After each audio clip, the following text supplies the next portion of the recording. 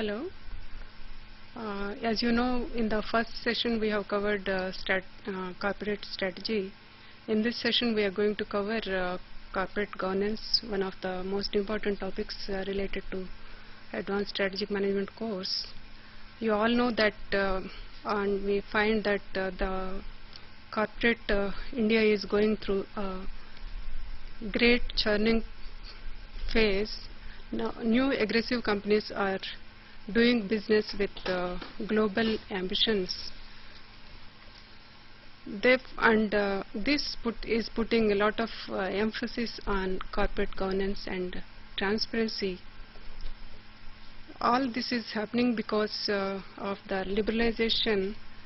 The liberalization has brought in greater challenges. After initial jolts and hiccups and the pain of restructuring, now the companies are making and seeing the profits, more and more profits than ever before. So let us see what is the concept of corporate governance and what is the need for corporate governance. And we also discuss, mainly our focus would be on corporate governance in Indian context. As you know, today we have Professor Shankaran, who is teaching at International Management Institute as our resource person.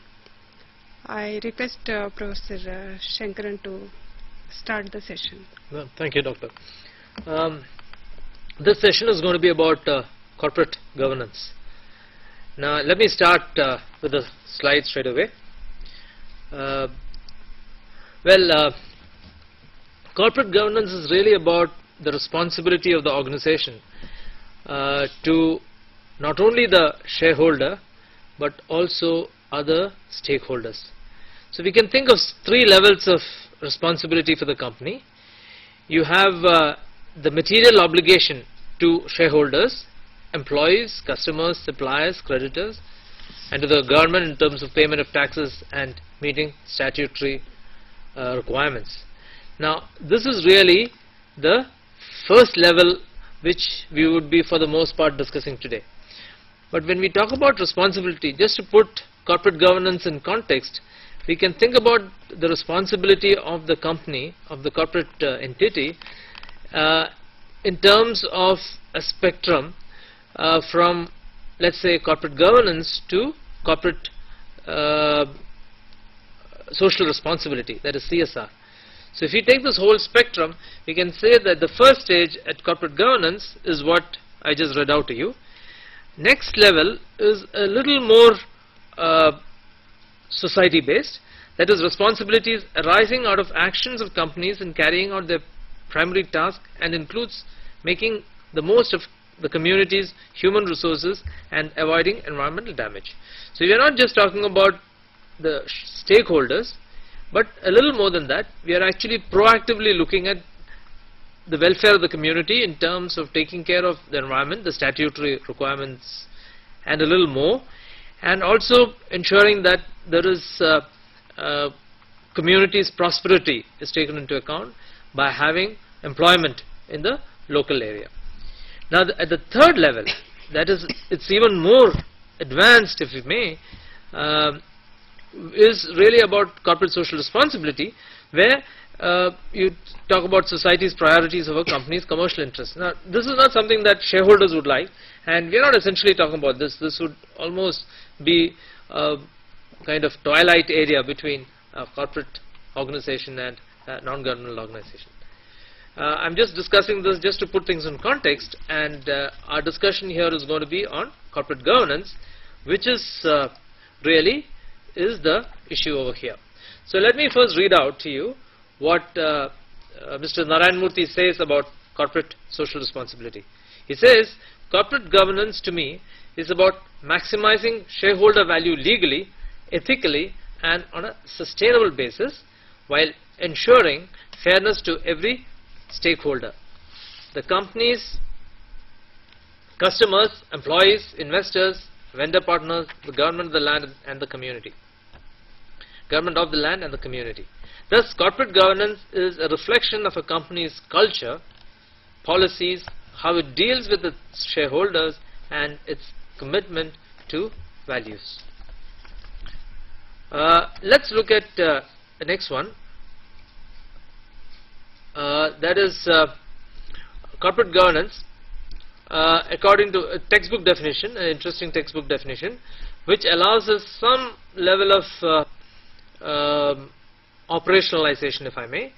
Corporate governance is the structure that is intended to make sure that the right questions get asked and the checks and balances are in place to make sure that the answers reflect what is best for the creation of long-term sustainable value to various stakeholders, and that these answers lead to generation of positive actions and cessation of negative actions towards creation of these long-term sustainable value.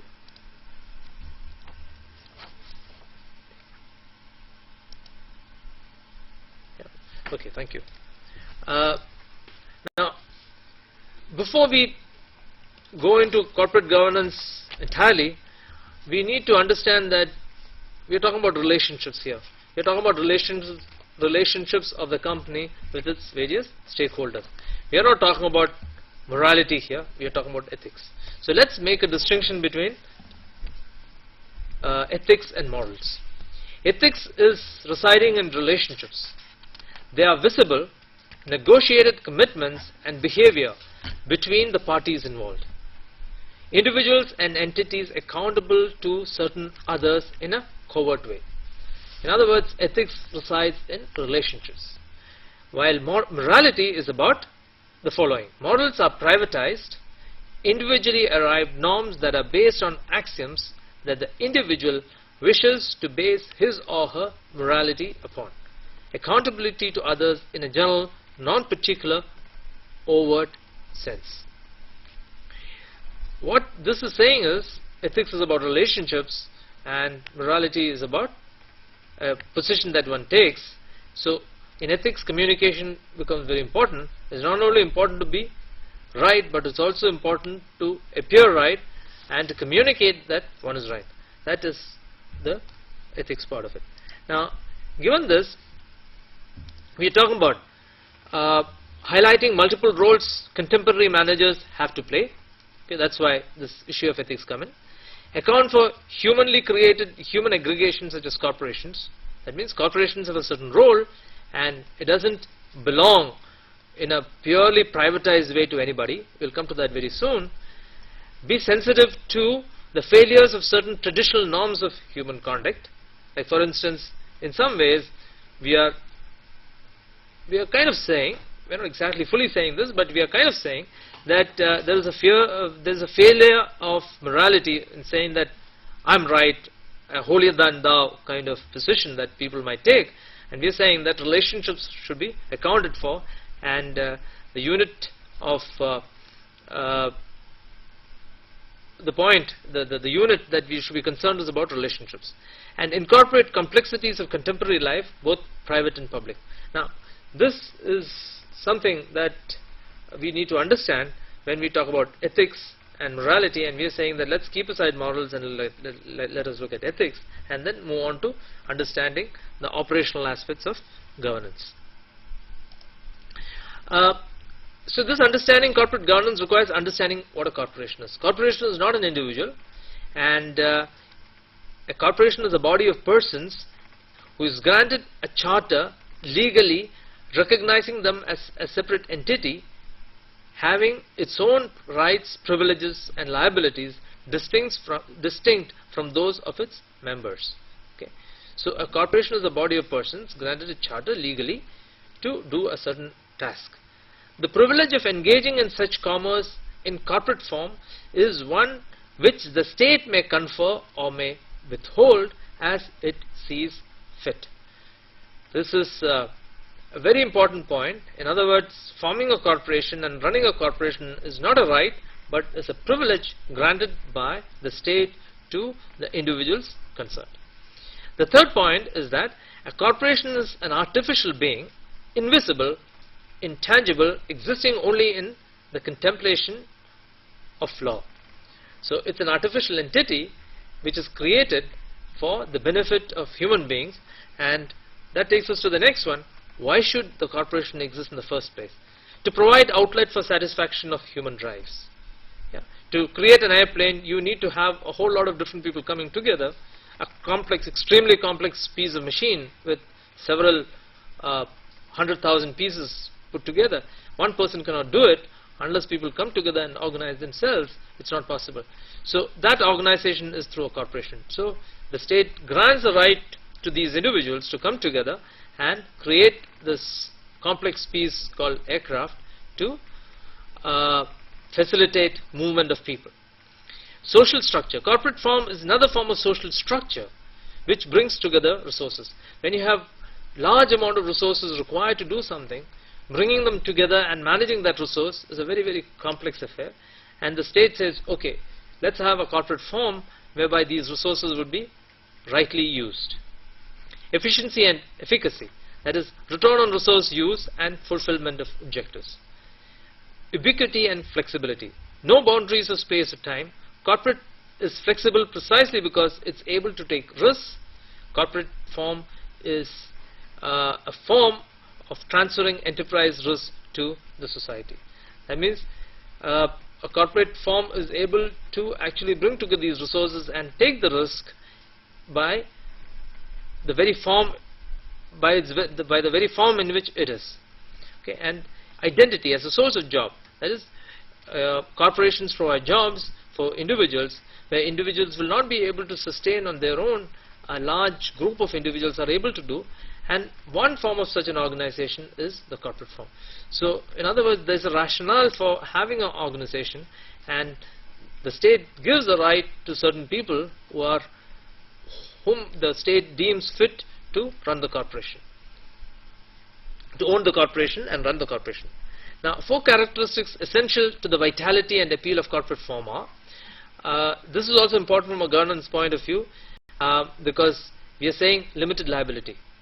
Okay, limited liability to the individuals who own. That means the corporation can take a risk, and the law doesn't go after the owners under certain circumstances. In other words, there is only limited liability that the owners have.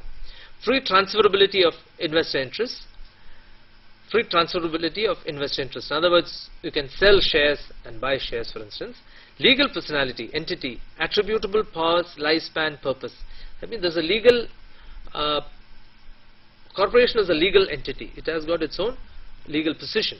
And centralized management, which is shareholders give up part of their right of ownership to the managers who are professionals, and these professionals are left alone to make their own decisions, and which are deemed to be good for the corporation. So part of this right are given away by the owners to the management. That is a modern corporation where ownership and control are separate. By doing this, what is ensured is expertise is brought to the fore, and there is a certain amount of professional management. Professional management is brought into the company. Now, because of these complexities, we also have the need for corporate governance and the structure. Okay, the two go in hand in hand. Now, how can the vitality be maintained and purpose accomplished? The purpose of the organization that we are. We're saying that's possible. Again, we are back to structures and processes which you would have learned about, in the earlier classes on management. So it's through structures and processes that we are able to maintain the vitality of the organization and fulfill the purpose for which it is meant. Now, what are we talking about? We are talking about structures and processes that will provide for well-developed, sophisticated, level-playing marketplace. Okay, we are talking about corporate governance here. We are talking about fair play and ethics. Hence, we are talking about structures and processes that will provide well-developed, sophisticated, level-playing marketplace. Laws imposed by the legislatures for governance. Private laws established by the corporate in its dealing with stakeholders. And behavior and visionary leadership in the corporate organization. When these 4 things come together, we can say that, well, the vitality of the corporation is going to be maintained through structures and processes. Okay, rules and imposed structures do not work. So we are not talking about corporate governance as a set of rules that have to be followed on paper. We are talking about having a structure in place which will create automatic checks and balances, and the vitality is maintained, where the importance is not simply filling the blanks of just following the rules, but following the spirit of the law. So we can really see, I'm illustrating that, well, a company that's very good on paper could be really a dangerous company. An example, a classic example is what we're going to be coming to next. It's Enron, for instance. Let's look at the slide. In Enron, there's a very well developed, sophisticated level playing marketplace. Okay. Before the fall, it was very highly admired. Everybody thought it's a great company because everything on paper was great. Most respected auditor. Okay, I'm not mentioning the name of the auditor here, but the auditors were very, very highly. In fact, they just disappeared because of the magnitude of the scandal. They had to go out of business. It was so serious. Highly respected board. Former Stanford professor, member of the British House of Lords, former head of GE Power Division, former Deputy Secretary of Treasury, prominent business leaders of Hong Kong. Very sophisticated statement of code of conduct. Everything was in place. Everything was great. But it just didn't work. So this just goes to prove that if you want to maintain the true vitality, it is not simply on paper. It has to come from within the individual, and it has to be institutionalized through means, not just by one or two things, but several different things coming together at the same time. Let's see how that can be done. Does this mean more rules? Of course not. This is what I've just discussed. I'll just give a good quote on this. A check-the-box approach to corporate governance will not inspire a true sense of ethical obligation. It could lead to an array of inhibiting politically correct dictates. If this were the case, ultimately corporations will not strive to meet higher standards. They would only strain under new costs associated with fulfilling a mandated process that could produce little of the desired effect. They would lose the freedom to make innovative decisions that an ethically sound entrepreneurial culture requires. Okay. Ethically sound entrepreneurial culture. Okay. We are not talking about just following the rules. So structure is not really about putting rules in place. It's something much more than that. So how do we ensure good governance now? Okay. Having said that, what are the elements that we have to create the kind of structure that we would ideally like to have? So again, I just want to repeat, by creating structures, what are we saying? We're saying create the structure that would generate the right questions, the right checks and balances. It may not be the most efficient way to do it, but it's the most effective way to do it, so that when things go bad, there is somebody who's going to raise a hue and cry and say that, well, something has gone wrong here. And somebody else is there to be accountable to those persons. That is the right structure we are talking about. It's like the old classic triad of legislature, executive and judiciary. There is a balance of power between these three elements. So like this, we have to create structures that will throw up problems as and when they arise, and through a systematic dialogue, through a systematic discussion in the organization, these issues are going to be taken up, they're surfaced, and they're resolved as best as they could be. Let's look at those three key players. Those three key players for us are the shareholders themselves. In other words, we were saying that we must have a responsible owners. We can't have owners who will simply own something and say that, well, I'm going to let this other guy manage it and I'll take what he gives me. That is the manager. We earlier talked about this ownership and management. Owner is the shareholder, and it's agency theory here. There's an agent who is the manager, who is actually managing everything for the shareholder, for the owner. So we are saying that we need to have shareholders who are actually active. We can't just leave, they should not leave everything to the manager. How do we create systems so that they don't leave everything to the manager? That's a question that we should ask. Similarly, we have a board for responsible monitoring. How do we have a board that is active, that asks the right questions, a board that understands its rules and it knows how to challenge? It's provided with channels to challenge the when something goes wrong. It must be able to challenge the management. And there's a management which is actually looking at performance. It should be able to understand what performance is expected of it, how performance can be measured, and how performance parameters can be communicated to the board or the shareholders. And sometimes they may have performance measures that may not be in the immediate interest of the shareholder. For instance, you might say that, okay, we'll postpone this dividend declaration, for instance. Now, they should be able to say that, well, long-term performance requires for the company to do these things, and they should be able to convey it effectively and adequately to the shareholders. So we are talking about that kind of a system where each person understands his role and everybody is working in such a manner. If we are not talking about great harmony here, we are talking about some kind of a creative tension between these various points. Let's go to the next one. When we talk about shareholders, I'll discuss each of these three components differently, each of these three agents separately. When you talk about shareholders, shareholder as owners is a complicated issue. A shareholder of a company is not owner in the traditional sense of the word. Owner has a right to use. You know, the owner, if you own something, you have a right to use that property as he wishes. Okay? Owner has a right to regulate anyone else's use of that property. Owner has a right to transfer the rights to property on terms he or she wishes. And owner is responsible for making sure that his use of property does not damage others. But these cannot blindly be applied to ownership of corporations.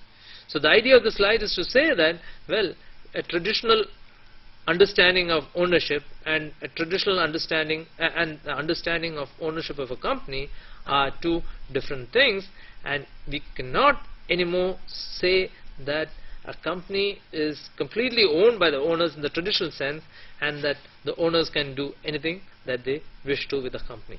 That's no. So shareholders, when you talk about shareholders, you can say, well, corporations are legal entities. Okay? They are legal persons. Legally, they are legal persons. This creates problems of ownership by shareholders because the corporation itself is a legal entity. So that's an issue. Corporations in rare cases have been charged of manslaughter, okay, corporate killing. Okay, there were cases where certain nursing homes, hospitals were charged of manslaughter without pointing a finger at one person, but this whole corporation was convicted, and this company had to pay because of this. Shareholder is rightly not held responsible in such cases, because shareholder is not held responsible because they're not the other side. They cannot be held responsible. So be careful in thinking the shareholder and owners in an absolute sense. In other words, shareholder is not an absolute owner of a corporation.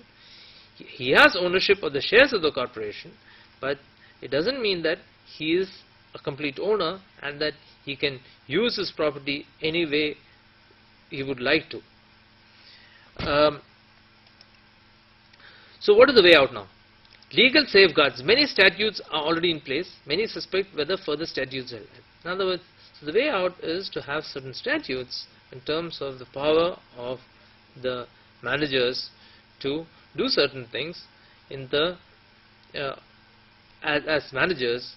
So this would ensure that there are certain safeguards, etc. Ensure shareholder activism. Now this is what is important. Shareholder activism, if we have shareholder activism, in other words we have responsible shareholders, then it is likely that they are able to be and they are empowered and they are available to exercise their right in such a manner that excesses don't take place. And there are problems, like for instance, if you were to look at this shareholder activism, what are the points that prevent shareholder activism? They are free riding. For instance, not paying for the public good, benefits received. Not paying for the public good, benefits received. That's free riding. That means if there are 100, let's say, shareholders, it may happen that only 10 persons are taking interest, taking time and effort to understand and put in these control mechanisms or exercise those control mechanisms that are available, you have 90 other persons who are not taking interest. That is, those people are free riding. So that creates a problem, because through demonstration effect, the other 10 persons may see these people are not doing certain things. They may also not be enthused to continue being active. In other words, having everybody in place to play their roles may not be possible because of this free riding problem. Rational ignorance, that is, cost of acquiring greater information may be greater than the benefits received. When this happens, people just simply keep quiet. When you have a large number of shareholders and the shareholding is small, a shareholder might say that, well, it doesn't matter too much, there are other guys who will take care. Okay? So it's better to be rationally ignorant. In other words, it's better not to be knowledgeable. It's better not to do some analysis, spend time on these things. Then heterogeneity of shareholders. When you have a large number of different types of shareholders, then there could be a situation where there is no common interest as such. Different people have different interests and they go off in their own tangents, and you have different kinds of shareholders such as bank trusts, mutual funds, insurance companies, foundations, universities, pension funds, small investors. Different people are looking for different things. They're looking for different return risk profiles, and therefore there is going to be a problem in terms of putting up a common voice in terms of what the shareholder wants. The shareholder is not just one animal, it's really a mix of heterogeneous points who are having their own motivations, having their own return risk expectations. Again, when we talk about shareholders, we can say call for shareholder activism turns upside down the traditional competitive view that stupid, silent and compliant shareholder is a desirable entity. So the old notion was that, well, the manager would be happier if he is left free. Not anymore. The manager would say, well, I want a shareholder who is more active. I want a shareholder who would tell me when I go wrong or something, who would challenge me on certain occasions, so that my own skin is saved at a later time when something is going to go bad. So you are expecting that you would want and you would expect that shareholder is taking greater interest. Ownership involvement cannot be resisted, especially with IT and internet playing a significant role. In other words, information could be more easily available. Ownership involvement will be increasingly permitted and encouraged with more proactive legal facilitations. For example, you have this proxy reforms allowing more communication between non-control seeking shareholders. Okay, in other words, different types of owners. We earlier talked about heterogeneity of shareholders. Now there is legal facilitations for these people to come together and create a common front. Okay, and ownership involvement is good even for managers when true performance is incentivized. Okay, in other words, when true performance is incentivized, the right managers get incentivized and rewarded, and that is good for the performance of the company. So in other words, what we are saying is, one of the most important aspect of corporate governance is shareholder activism. So a company should promote shareholder activism. It should create structures so that shareholders are active and their voice is heard, their voice is communicated, their voice is heeded by the management. There is enough evidence to show that greater say, this is a bit of research, so I just want to include this here. There is enough evidence to show that greater say for the informed shareholder has helped the firms. Some of the things that have come from research is this: success of venture capital in bringing innovations to the market. Okay.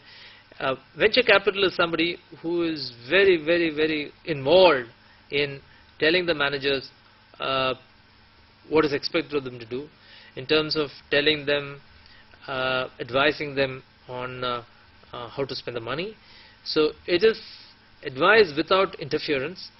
It is having another voice heard, another opinion available, so that joint decisions are possible. It's not about coming in the way of making good decisions. It's not in the way of making entrepreneurial decisions. It is really about making better decisions jointly. Gordon Group's research. This is a piece of research where it was found that where there is active investing in the US equity market, when shareholders were more active, it was found that the performance of companies were higher. Short-term America, research by Michael Jacob. Again, the same issue of shareholder activism. That is, if shareholders are willing to see the short and the long run, or willing to hold the shares, it was found that the company is performing better. And Michael Porter's Council of Competitiveness report. All these reports, all this research actually point to the fact that if there is shareholder activism, it would be good for the company, and the onus of creating this activism lies not only with the shareholder but also with the board of directors, and the management of the company. That is the other two in the triad that we had shown earlier. Some steps the CEO can take. Okay, we are talking about management and also the board of directors supporting shareholder activism. So, being the head of management, the CEO, what can he do? That's the next question. Support shareholder activism. Example, Warren Buffett's role in Solomon Inc. It's a company. Convertible special stocks worth a higher payout was given to Warren Buffett just to be on the board, because the CEO thought that by having this investor on board, it will be good for all investors. Seek advice of large owners, a la Japanese and German bankers, without conflict of interest issues coming in the way. In other words, you will find that in Japanese and German companies, some of the large chunks of shares are held by banks, and they have no other motive. They don't want to be taking over the company or anything. Seek their advice, because these are the large owners, and always seek out and create a structure whereby such large shareholders can be really listened to and their advice accepted. Well, not necessarily accepted, but at least heard and negotiated and mediated, so that their views are taken into account and they are kept in the loop, so to say, about major corporate decisions. Put governance structure in place. For example, there is this OECD guideline. Now, these are detailed guidelines as to how to put these governance in places. That's a CEO could do that. You can create separate committees within the board of governors, for instance, which we will come to very soon, and those are the kind of structures that we are talking about. In other words, promote investor capitalism. Promote investor capitalism. When it comes to the board, that is board of directors, what can they do? Their activities can be, first of all, have a board where there are individuals who are active, who have time and who have the resources and who have the capabilities to contribute to the company's well-being. Okay, some of the facts about the board of directors you can see is size is typically 10 to 20. This is across all the nations in the free world, typically US, UK, India, Japan, and Germany. More insiders in the US and UK than India, Japan, and Germany. When we talk about insiders, we are talking about active executives, that is managers.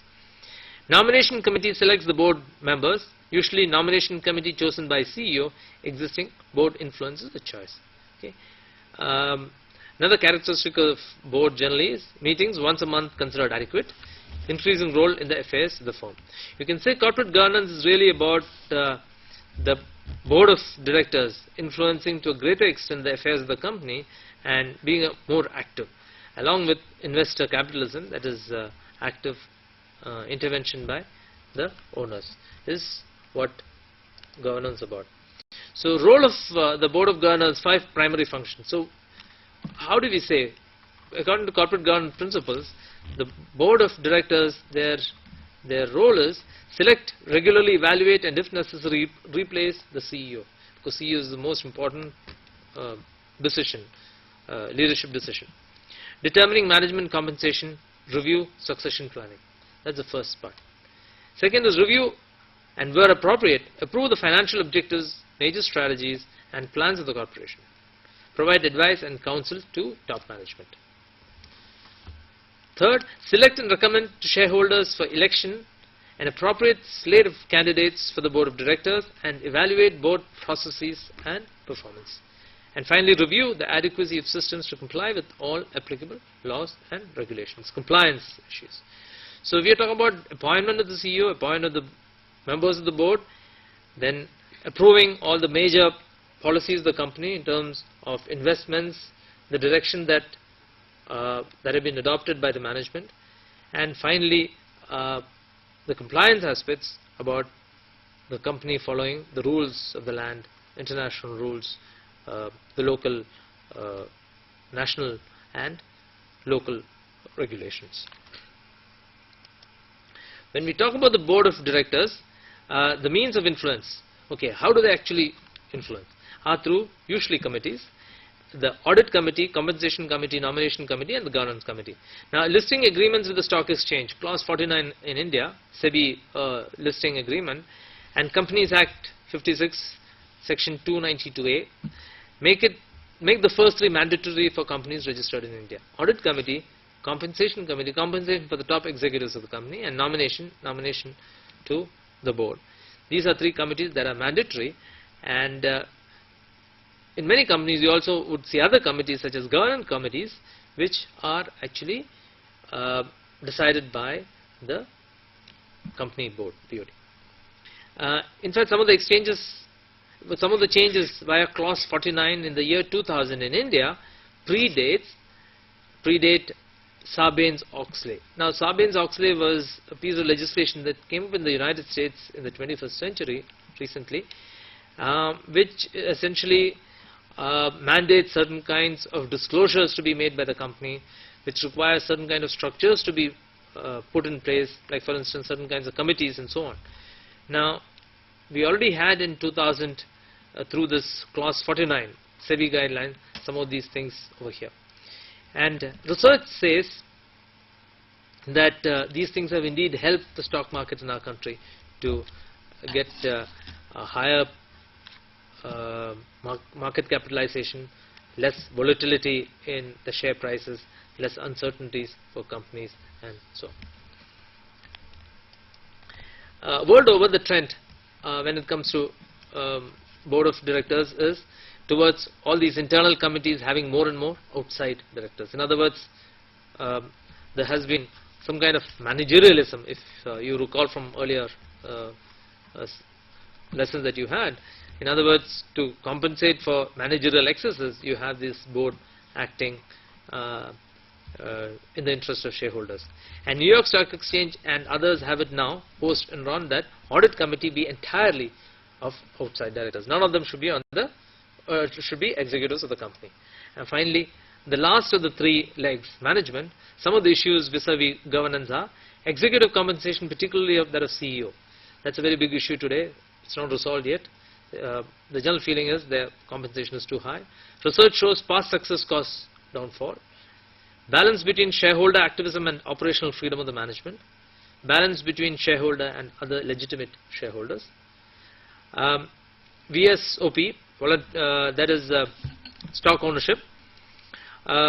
Some controversial practices are like such as reissuing stock options when stock price is low, is below the option price, awarding huge option grants even with slight share price increases which are below average market gains. Okay, so these are some of the last two are some issues which are still unresolved, where it is generally felt that there is a certain amount of managerial excess and their activities need to be curbed, and there has been some managerialism, if I may, and this can only be brought about by having more active shareholder activism and the board of directors more effective, more knowledgeable, and having more eminent people from outside. That's all about governance. Thank you. I think this is the last slide. Yeah. Thank you, Professor Shankaran. So therefore, now we understand that corporate governance is based on ethics and not morals. and how important are the right structures for good corporate governance, and who are the key players for corporate governance, that is shareholders, who are really active and take greater interest. And number 2 is management, that is mainly we are talking about the CEO, who are who really listen, and who are in support of shareholder activism, and or create investor capitalism. And finally the board of management, who really help the organization in terms of resources and capabilities, who really contribute to the company. I think majorly we have covered all these issues related to corporate governance. With this we come to the close of this session and today's teleconferencing as well. Thank you very much, Professor Sankaran, Thank you. for My giving pleasure. Pleasure. thank you very much.